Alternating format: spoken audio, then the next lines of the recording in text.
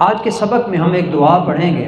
ترمذی شریف کے اندر ایک دعا آتی ہے، یہ دعا میں بتانے لگا ہوں نا، کھانے کی کوئی چیز سامنے آ جائے، پینے کی کوئی چیز سامنے آ جائے، دیکھنے والی چیز سامنے آ جائے، یعنی دوسرے الفاظ میں سمجھیں، اس کل کائنات میں کوئی نعمت بھی انسان کے سامنے آئی ہے نا، ہر نعمت کو دیکھنے پر اللہ کے پیغمبر یہ دعا فرمایا کرتے تھے۔ تمام احباب سے میں گزارش کروں گا کہ اس دعا کو ضرور یاد کریں جی، بالکل مختصر سی دعا ہے، اتنی بڑی نہیں ہے جی۔ اور آپ جانتے ہیں کہ جو نعمتوں کا شکر ادا کرنے والی دعائیں ہوتی ہیں نا، وہ زیادہ تر الحمدللہ سے شروع ہوتی ہیں۔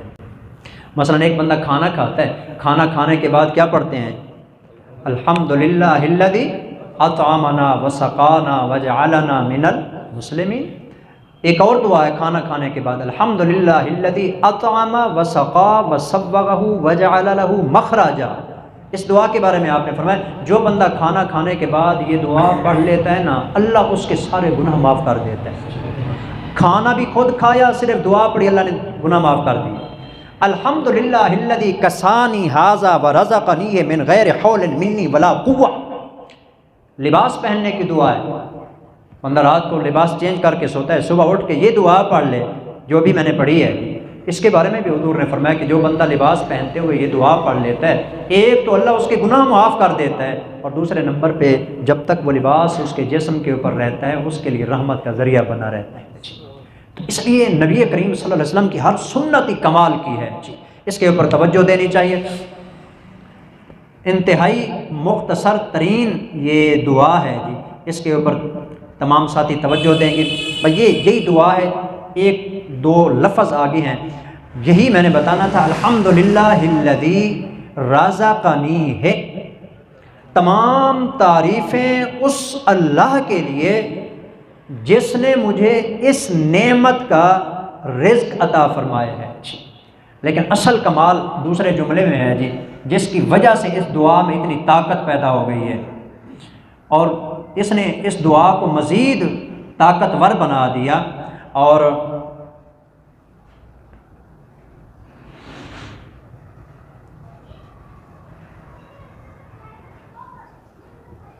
من غیر حول منی ولا قوت۔